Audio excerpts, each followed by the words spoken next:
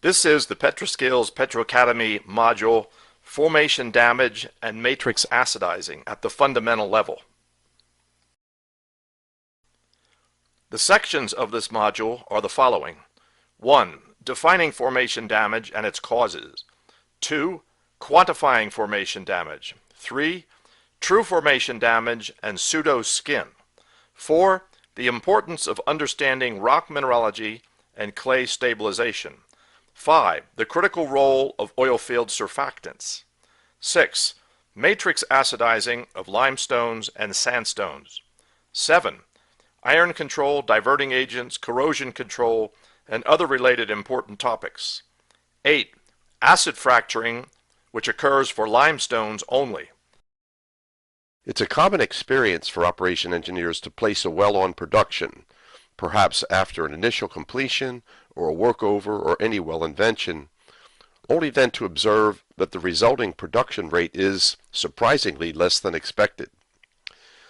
This occurrence then typically initiates a series of post-job reviews and data assessments to not only attempt to explain the likely cause or causes of the production rate realized, but also to strive to fix or remediate those causes.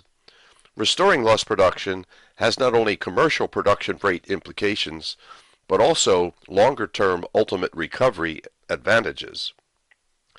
In addition to reduced rate being an unwelcome event, if it's unexpected and surprising, the task of identifying possible causes of diminished production involves a challenging set of circumstances.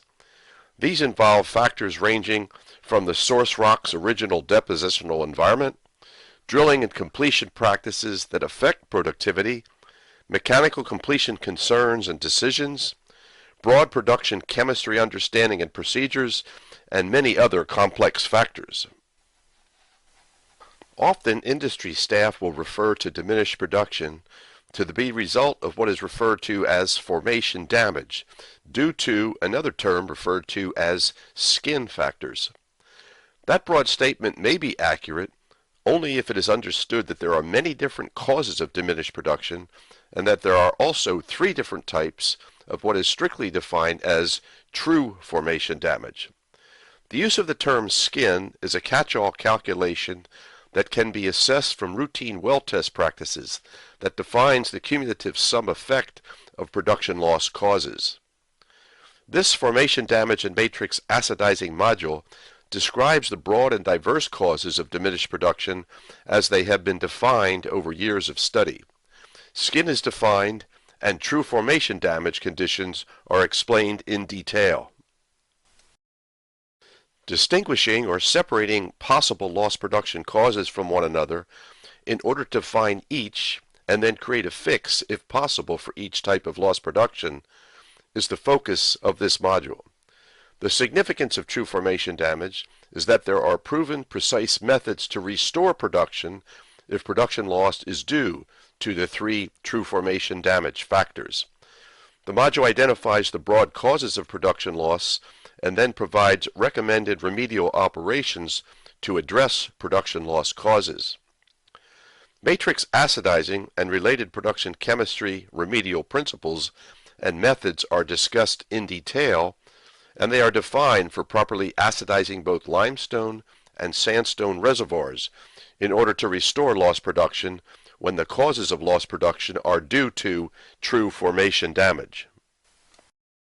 In contrast, remedial practices that require hydraulic fracturing methods to permit commercial production are covered in other modules. 2 examples where fracturing is applied are A.